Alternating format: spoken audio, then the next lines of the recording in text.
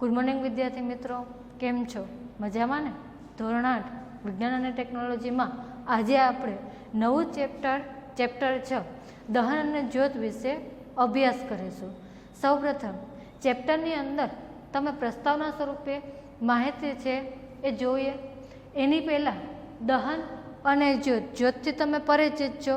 દહન એટલે શું થાય, સળગવાની જે કંઈ ક્રિયા થતી હોય તે કેવી રીતે થાય છે તેના વિશે આપણે માહિતી અહીં મેળવવાના છે. પ્રસ્તાવનાની અંદર તમને માહિતી આપેલી છે. સામાન્ય રીતે આપણા રોજિંદા જીવનની અંદર ઘરમાં, ઉદ્યોગોમાં અને આની સાથે સાથે આપણને ખ્યાલ છે કે વાહનો ચલાવવા માટે વિવિધ પ્રકારના બળતણો આપણે વાપરીએ છીએ.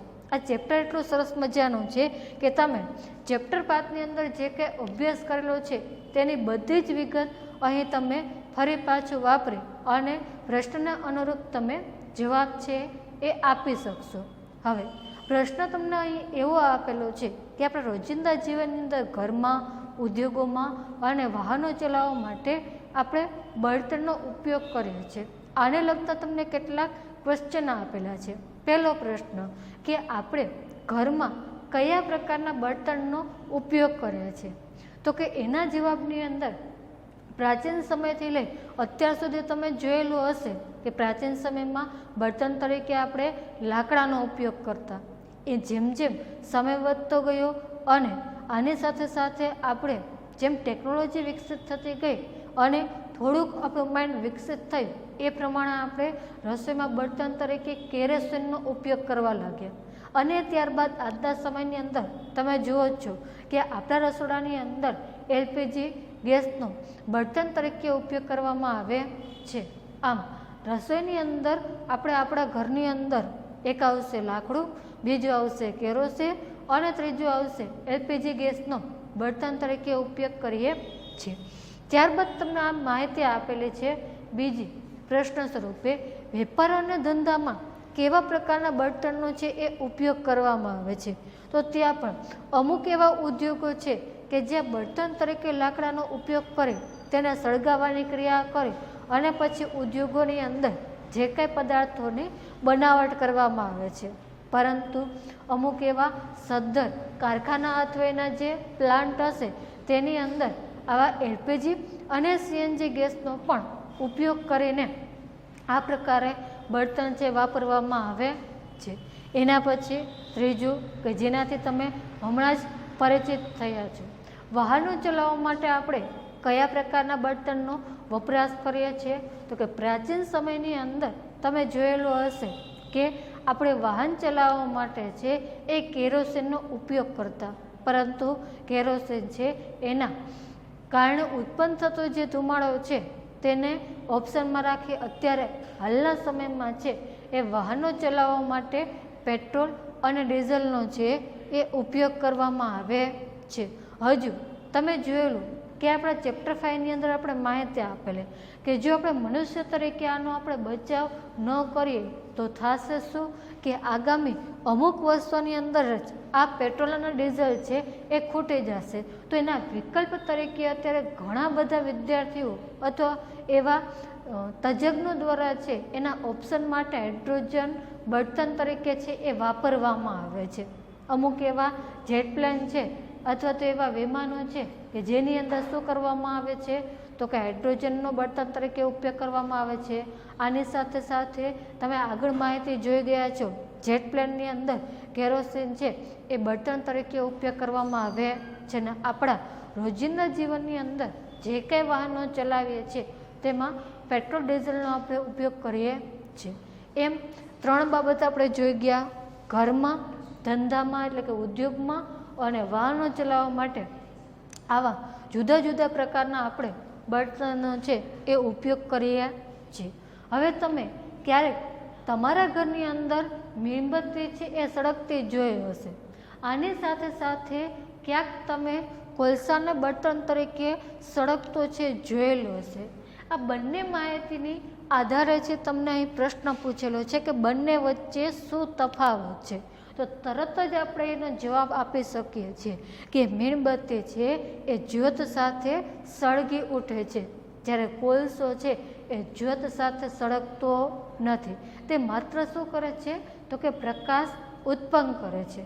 હવે તમારી આસપાસ જ્યોત ન ઉત્પન્ન થતા હોય એવા તમારે બળતણની યાદી તમારી રીતે તૈયાર કરવાની છે. આગળ જોઈએ, આ ચેપ્ટરની અંદર દહનને ધ્યાનમાં રાખી કેટલીક રાસાયણિક પ્રક્રિયા અને તેમાંથી ઉત્પન્ન થતી જે જ્યોત છે તેના પ્રકારો વિશે આપણે અભ્યાસ કરીશું. સૌપ્રથમ ચેપ્ટરનું નામ દહન અને જ્યોત. તો પહેલાં આપણે દહન શું છે, કોને કહેવામાં આવે છે તેની આપણે માહિતી સમજી લઈએ. તેના માટે તમારે નાનકડું એવું કામ કરવાનું છે કે આગલા ધોરણની અંદર તમે ક્યાંક મેગ્નેશિયમની પટ્ટીના દહનને છે એ પ્રવૃત્તિ કરવી છે કે જેની માહિતી આપણે 8મા ધોરણની અંદર આવતા ચેપ્ટરમાં પણ આપણે સમજી ગયા છે. એટલે વારંવાર આ માહિતી છે તમારે છેક 10મા ધોરણ સુધી આવશે. આ ઉદાહરણ એવું છે કે છેક તમારે 10મા ધોરણ સુધી બદલતું નથી, એટલે બરાબર એને મગજની અંદર યાદ રાખી લઈએ. શરૂઆત કરીએ અને તેને યાદ કરીએ. મેગ્નેશિયમની પટ્ટી છે એને જો આપણે દહન કરાવી હોય તો સૌ પ્રથમ આપણે એને બજારમાંથી છે એ લાવીએ. ડાયરેક્ટ એને સળગાવવાનો જો તમે પ્રયત્ન કરશો તો ઘણી વખત શું થશે તો કે તે સળગશે નહીં. એની પાછળનું રીઝન શું છે તો કે તે વાતાવરણના ઓક્સિજન સાથે પ્રક્રિયા કરી એની ઉપરની જે સપાટી છે તેમાં મેગ્નેશિયમ ઓક્સાઇડ નામનો રાસાયણિક પદાર્થ બનાવેલો હશે અને આ મેગ્નેશિયમ ઓક્સાઇડનું જે પડ છે એ દહનની ક્રિયા થવા દેશે નહીં. જો એ દહન ન પામતું હોય તો તમારે શું કરવાનું તો કે આ મેગ્નેશિયમની પટ્ટી છે એને ચપ્પાની મદદથી છે એને કાપી નાખવાની. ચપ્પાની મદદથી તમે કાપશો એટલે શું થશે તો કે અંદરના ભાગનો જે મેગ્નેશિયમ કે જેમણે પ્રક્રિયા નથી કરેલી તે ડાયરેક્ટ છે એ ખુલ્લો પડશે, એટલે કે એની અંદર માત્ર શું હશે તો કે મેગ્નેશિયમ જ હશે. હવે આ મેગ્નેશિયમ છે એને તમારે કોઈ પણ મીણબત્તીની જ્યોત અથવા બંસેન બંનેની જ્યોત છે એની ઉપર છે એ ધરવાનું છે. એક વસ્તુ ધ્યાનમાં રાખજો, કોઈ પણ જગ્યાએ જ્યાં દહન થવાની સળગવાની ક્રિયા થતી હશે ત્યારે હંમેશા તે કોની હાજરીમાં સળગતો હશે તો કે ઓક્સિજનની હાજરીમાં તે સળગે છે. બંને વચ્ચે પ્રક્રિયા થાય અને MgO જે તમને શું થશે તો કે રાખ સ્વરૂપે પ્રાપ્ત થાય છે. આને લગતું તમને MCQ છે એ પૂછાય છે. મેગ્નેશિયમની પટ્ટીને સળગાવતા મળતી જે રાખ છે એ શું છે તો કે મેગ્નેશિયમ ઓક્સાઇડ છે. હવે જ્યારે આ પટ્ટીના આપણે દહનની પ્રવૃત્તિ કરીએ છીએ ત્યારે આપણને તેમાંથી બે વસ્તુ છે એ પ્રાપ્ત થાય છે. એક આવશે પ્રકાશ અને બીજું આવશે ઉર્જા. કેવી રીતે તો કે મેગ્નેશિયમની પટ્ટીની જ્યારે દહનની ક્રિયા થતી હશે ત્યારે સફેદ આપણી આંખને આંજી દે તેવી પ્રકાશિત જ્યોતથી છે સળગી ઉઠે છે. તેથી આપણા ચેપ્ટરના આધીન યાદ રાખીએ કે મેગ્નેશિયમની પટ્ટીના દહનની જે પ્રવૃત્તિ છે તે બે વસ્તુની માહિતી આપે છે. એક તો એમાંથી પ્રકાશ ઉત્પન્ન થાય અને બીજું તેમાંથી ઉર્જા ઉત્પન્ન થાય છે. ત્યારબાદ આના જેવી જ તમારે બીજી પ્રવૃત્તિ આપણે કરવાની છે. શું છે તો કે તમારે સૌપ્રથમ કોઈ કોલસાનો ટુકડો લેવાનો છે. આ કોલસાના ટુકડા સાથે આવી જ રીતે દહનની છે પ્રવૃત્તિ કરવાની છે. હવે તમે જોશો પ્રવૃત્તિ કરવા માટે સૌ પ્રથમ કોલસાના ટુકડાને ચીપિયા વડે પકડી એને કોઈ મીણબત્તીની જ્યોત ઉપર ધરવાનું અથવા તો બંસન બર્નરની જે જ્યોત છે એની નજીક લાવવાનું છે. બંસન બર્નરની જ્યોતને તમે નજીક લાવશો એટલે શું થશે તો કે કોલસો છે એ કાર્બનનું સ્વરૂપ છે. સેમ પ્રવૃત્તિ અહીંયા પણ જ્યાં સળગવાની પ્રક્રિયા થતી હોય ત્યાં ઓક્સિજન હાજર રહેલો હશે અને બંને વચ્ચે પ્રક્રિયા થઈ ધુમાડા સ્વરૂપે આપણને શું પ્રાપ્ત થાય છે તો કે કાર્બન ડાયોક્સાઇડ પ્રાપ્ત થાય છે. એટલે કે અહીં કોલસાના દહનની જ્યારે પ્રક્રિયા થતી હશે ત્યારે આપણને એક કાર્બન ડાયોક્સાઇડ વાયુ બને છે, બીજું પ્રકાશ પ્રાપ્ત થાય છે અને ત્રીજું એમાંથી આપણને ગરમી એટલે કે ઉર્જા પ્રાપ્ત થાય છે. આ બંને માહિતી છે એને તમારે ધ્યાનમાં રાખી હવે એના ઉપરથી ચેપ્ટરનું નામ છે તેની આપણે વ્યાખ્યા છે બનાવીએ કે કોને આપણે વિજ્ઞાનની ભાષામાં દહન તરીકે ઓળખાવીએ. તો તેની અંદર આપણે શબ્દો છે કે જે રાસાયણિક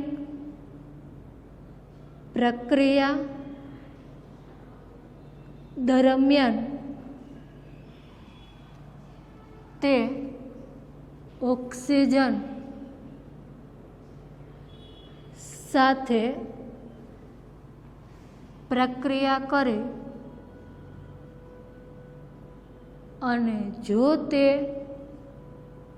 ઉર્જા ઉત્પન્ન કરે તો તેને દહન કહેવામાં આવે છે. ફરી પાછો શબ્દોની અંદર ખાસ મેન બે વસ્તુ છે કે રાસાયણિક પ્રક્રિયા દરમિયાન એ કોની સાથે પ્રક્રિયા કરશે? ઓક્સિજન સાથે. અને જ્યાં દહનની પ્રક્રિયા થતી હશે ત્યાં ઉર્જા ઉત્પન્ન થતી હશે. જો આ બે વસ્તુ આપણને જોવા મળે તો તેને કઈ પ્રક્રિયા કહેવાય? દહનની પ્રક્રિયા તરીકે ઓળખવામાં આવે છે. ત્યારબાદ દહનશીલ પદાર્થો. આના ઉપરથી જ આપણી પાસે વ્યાખ્યા છે. જે પદાર્થનું દહન થાય છે એટલે ટૂંકમાં આપણી ભાષામાં કહેવું હોય તો જે પદાર્થ સળગી શકતા હોય એવા તમામ પદાર્થને શું કહેવાય?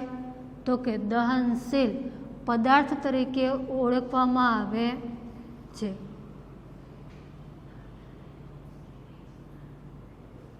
સાવ સહેલી વ્યાખ્યા છે. નામ ઉપરથી જ જે પદાર્થનું દહન થતું હોય તેવા પદાર્થને શું કહેવાય? દહનશીલ પદાર્થો. હવે આપણા ચેપ્ટરની અંદર અહીં બે પ્રક્રિયા કરેલી છે. એક મેગ્નેશિયમની પટ્ટીના દહનની પ્રક્રિયા કે જેમાંથી પ્રકાશ અને ઉર્જા ઉત્પન્ન થાય, અને બીજું કોલસાના દહનની પ્રક્રિયા કે જેમાંથી કાર્બન ડાયોક્સાઇડ, પ્રકાશ અને ઉર્જા ઉત્પન્ન થાય. બંનેમાં તમે કોમન જોશો વ્યાખ્યાની અંદર દહન દરમિયાન જો ઉર્જા ઉત્પન્ન થાય તો તેને દહનશીલ પદાર્થ કહેવાય છે. એમસીક્યુ માટે તમારે ધ્યાનમાં રાખવાનું છે. જો આપણને પૂછાય કે દહનશીલ પદાર્થો કયા કયા છે તેમાં ઘણા બધા નામ આવી શકે. અત્યારે બોર્ડ ઉપર લખેલી પ્રવૃત્તિ ઉપરથી એક આવશે કોલસો પણ દહનશીલ પદાર્થ છે, અને બીજું આવશે મેગ્નેશિયમની જે પટ્ટી છે એ પણ દહનશીલ પદાર્થની અંદર સમાવી શકે. હવે અહીં તમે જે જુદી જુદી પ્રવૃત્તિ ઉપરથી માહિતી મેળવેલી છે ત્યારબાદ એક અહીં પ્રશ્ન આપણને થાય કે આપણે જે કંઈ ખોરાક લઈએ છીએ તે શું આપણા શરીરનું બળતણ છે? તો જવાબની અંદર આવશે હા. શા માટે? કારણ કે મોં વાટે જે કાંઈ આપણે ખોરાક દાખલ કરીએ છીએ તે શ્વસનની ક્રિયામાં તમે કયો વાયુ દાખલ કરો છો? તો કે ઓક્સિજન. પેટની અંદર આંતરડામાં દાખલ થઈ અને ત્યારબાદ આપણા શરીરના ઓક્સિજન સાથે પ્રક્રિયા કરીને શું કરે છે? ઉર્જા ઉત્પન્ન કરે છે. આ ઉર્જાને આપણે શક્તિ એટલે કે તાકાત કહે છે. ને આ ઉર્જાનો ઉપયોગ આપણા રોજિંદા જીવનની અંદર વિવિધ પ્રકારના કાર્યો કરવા માટે ઉપયોગ કરીએ છીએ. હવે આગળ તમને અહીં માહિતી આપેલી છે. અમુક અહીંયા પદાર્થો લીધેલા છે.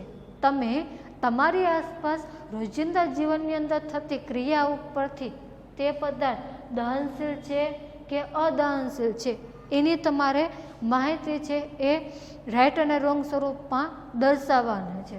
તેમાં સૌ પ્રથમ લાકડું છે એ દહનશીલ છે કે અદહનશીલ? વ્યાખ્યા ઉપરથી સળગી શકતો હોય તો દહનશીલ, સળગી ન શકે તો અદહનશીલ. લાકડું આપણે પ્રસ્તાવનાથી જ માહિતી આપેલી કે પ્રાચીન સમયમાં રસોઈમાં બળતણ તરીકે લાકડાનો ઉપયોગ કરવામાં આવે છે. એટલે તરત જ આપણે દહનશીલવાળા ખાનાની અંદર રાઈટ કરી શકીએ. એના પછી કાગળ આ તો સરસ મજાનું જેવી તમે દિવાસળી લગાવશો એટલે તરત જ એ સળગી શકે છે, તેથી તે કેવો છે? દહનશીલ પદાર્થ છે. આગળ લોખંડની ખીલી કલાક સળગાવશો, 2 કલાક સળગાવશો, આખો દિવસ સળગાવશો, એમ છતાં પણ એમાં જ્યોત ઉત્પન્ન થશે નહીં, તેથી તેને અદહનશીલ તરીકે ઓળખવામાં આવે છે. કેરોસીન જેવી દિવાસળી મૂકશો એટલે તરત જ ભડકો થશે, એટલે એના ઉપરથી આપણે કહી શકીએ કે એ દહનશીલ છે. પથ્થરનો ટુકડો એ પણ કોઈપણ જાત સાથે ન સળગતો હોવાથી અદહનશીલ તરીકે તમે ઓળખાવી શકો. સ્ટ્રો પ્લાસ્ટિકની બનેલી હોવાથી પ્લાસ્ટિક છે શું થાય છે? સળગી શકે છે, તેથી તેને દહનશીલની અંદર સમાવી શકો છો. આગળ કોલસો, તરત જ તમે અહીં પ્રવૃત્તિમાં છે માહિતી જોઈ, પ્લસ અહીંયા પણ આપણે લખેલું છે તે સળગી શકતો હોવાથી દહનશીલ પદાર્થની અંદર તમે સમાવી શકો છો. આ સિવાય દિવાસળી, આનો તો આપણે ઉપયોગ જ સળગાવવા માટે કરીએ છીએ, તેથી તે દહનશીલ પદાર્થની અંદર મૂકી શકો. કાચમાં પણ કલાક રાખો, દિવસો રાખશો, વર્ષો રાખશો, એમ છતાં પણ એમાં કોઈ પણ જાતની સળગવાની ક્રિયા થતી નથી. આમ અહીં જેટલા અહીં પદાર્થો લખેલા છે તેમાં સળગી શકતા હોય તો દહનશીલ અને ન સળગી શકતા હોય તો અદહનશીલની અંદર આપણે સમાવી શકીએ છીએ. આવા તો તમે ઘણા બધા હજુ વધારાના ઉદાહરણ લઈ અને તેને દહનશીલ અદહનશીલની અંદર તમે વર્ગીકરણ કરી શકો છો. ખાસ આપણા સ્વાધ્યાયપોથીની અંદર આ જુદા જુદા પદાર્થોને ધ્યાનમાં રાખી એને લગતો પ્રશ્ન પૂછાય છે કે નીચેનાનું વર્ગીકરણ કરો. પદાર્થો આપેલા હોય એમાં પહેલું આવશે દહનશીલ પદાર્થો અને બીજું આવશે અદહનશીલ પદાર્થો. અહીં સુધી આપણે રાખીએ. થોડાક ટોપિકનું આપણે રિવિઝન કરી લઈએ. રિવિઝનની અંદર તમારી પાસે પ્રસ્તાવનામાં રોજિંદા જીવનની અંદર કેટલાક આપણે બળતણોનો ઉપયોગ કરીએ, કઈ જગ્યાએ વાપરીએ છીએ તેના વિશેની આપણે માહિતી જોઈએ. ચેપ્ટરના નામ વિશેની અહીં માહિતી લઈએ. સૌ પ્રથમ દહન શું છે? વિજ્ઞાન એક એવો વિષય છે કે જે તમારા રોજિંદા જીવનની અંદર તમે વપરાશ કરો જ છો, પણ એને માટેનો જો આપણે નિયમ બનાવીએ તો એ વિજ્ઞાનની ભાષામાં આપણે એને વ્યક્ત કરી શકીએ છીએ. જોઈએ રોજિંદા જીવનની અંદરની થતી પ્રક્રિયામાં આપણે કોલસાના દહનની પ્રવૃત્તિ જોઈ અને બીજું પ્રયોગશાળાની અંદર મેગ્નેશિયમના પટ્ટીની દહનની પ્રક્રિયા. બંને પ્રક્રિયામાં તમે જોયેલું કે મેગ્નેશિયમની પટ્ટીને જ્યારે તમે સળગાવશો ત્યારે સફેદ પ્રકાશિત આપણી આંખને આંજી દે તેવી જ્યોતથી છે એ સળગી ઉઠે છે, એટલે કે પ્રકાશ અને ઉર્જા ઉત્પન્ન કરે છે. ત્યારબાદ કોલસાના દહનની જે પ્રવૃત્તિ છે એને સળગાવશો એટલે જે આપણે પ્રક્રિયા કરીએ છીએ ત્યારે એની અંદરથી 3 વસ્તુ કાર્બન ડાયોક્સાઇડ, પ્રકાશ અને ઉર્જા છે એ પ્રાપ્ત થાય છે. MCQ સ્વરૂપે આપણી પાસે ખાસ આ પ્રશ્ન ધ્યાનમાં રાખવાનો છે કે મેગ્નેશિયમના પટ્ટીની જે આપણે દહનની પ્રક્રિયા કરીએ છીએ એમાંથી મળતી જે રાખ છે તે કયો પદાર્થ છે? તો કે મેગ્નેશિયમ ઓક્સાઇડ. અને આ જે પ્રક્રિયા છે આપણને પૂર્ણ કરવા માટે આપે છે કે C+O2 જે બંને વચ્ચે પ્રક્રિયા થાય એટલે એમાંથી કયો પદાર્થ બને છે? તો કે કાર્બન ડાયોક્સાઇડ. બંને MCQ માટે ધ્યાનમાં રાખવાના છે. 2 માહિતી થઈ. એના પછી ત્રીજું દહનની પ્રક્રિયા. એના માટે તમારે વ્યાખ્યા યાદ રાખવાની છે કે દહન એટલે શું. આ તો ખાસ ચેપ્ટરનું નામ છે એટલે એક માર્કમાં પૂછાઈ શકે એમ છે. શબ્દો જે રાસાયણિક પ્રક્રિયા દરમિયાન તે ઓક્સિજન સાથે પ્રક્રિયા કરી અને ઉર્જા ઉત્પન્ન કરે છે તો તેને દહન કહે છે. અને એના ઉપરથી જ દહનશીલ પદાર્થોની છે એ વ્યાખ્યા આપણે સમજવાની છે. સાવ સહેલી છે કે જે પદાર્થ દહન પામતો હોય તો જે પદાર્થનું દહન થઈ શકતું હોય એવા તમામ પદાર્થને દહનશીલ પદાર્થો તરીકે ઓળખાવી શકો છો. તમારી આસપાસ જે કંઈ વસ્તુ સળગી શકતી હોય એ બધાને દહનશીલ પદાર્થો ઓળખાવી શકો છો. એના પછી ખાસ આપણા માટે જાણવા જેવી બાબત આ છે કે આપણે જે કંઈ ખોરાક લઈએ છીએ એ દહનની ક્રિયા છે. તો જવાબમાં આવશે હા. કેવી રીતે? તો કે જ્યારે આપણે ખોરાક લઈએ છીએ ત્યારે સામાન્ય રીતે આપણા શ્વસનની ક્રિયા દરમિયાન શું લઈએ છીએ તો કે ઓક્સિજન.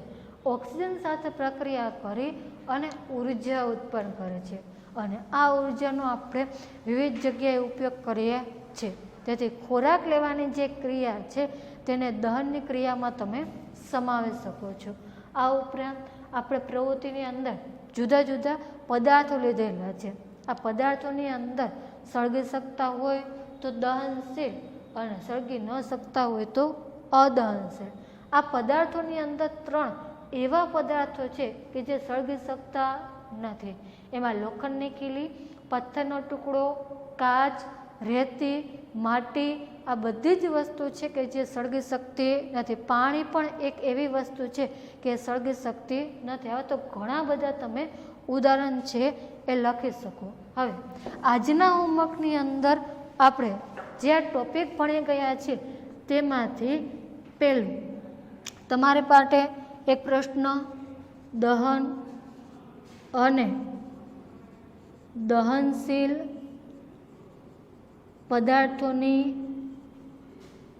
વ્યાખ્યા આપો. આની સાથે સાથે તમને જેટલા નામ આવડતા હોય એવા દહનશીલ અને અદહનશીલ પદાર્થોના નામોની યાદી તૈયાર કરો. હવે નેક્સ્ટ વિડીયોની અંદર આનાથી આગળ આપણે અભ્યાસ કરીશું.